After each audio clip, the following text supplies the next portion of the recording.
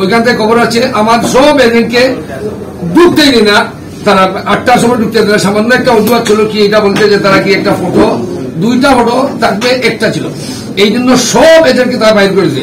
আমি যখন খবর পেলাম ওইখানে গিয়ে দেখলাম কোন তাদের সকলে সব বুট, এখানে কেন্দ্রের লোক নাই, তারপরে দেখি যে বুট আপনার কাস্ট হয়ে গেছে ওর দিকের বেশি কেন, ওই বুটগুলা কোথায় থেকে আসলো?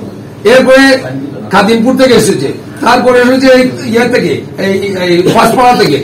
আমার নিজের সেন্টারে আমার নিজের সেন্টারে একজনকে পিস্তল ধরেছে, তাদের আওয়ামী লীগের একজন কর্মী, একজন এই পিস্তল ধরেছে, তাদের এজেন্ট।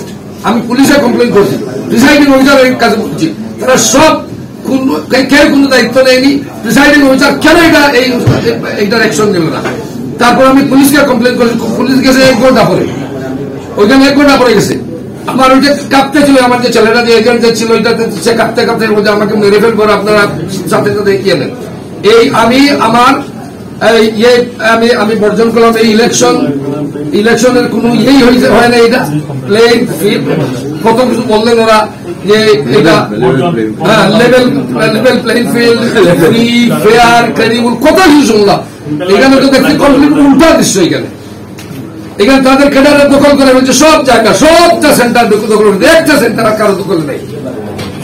পুলিশ কিভাবে নিরপেক্ষ ভূমিকা পালন করলে এটা আমরা বুঝতে পারছি না। আমি আমার অফিসিয়ালি আমি এই নির্বাচন বর্জন করলাম।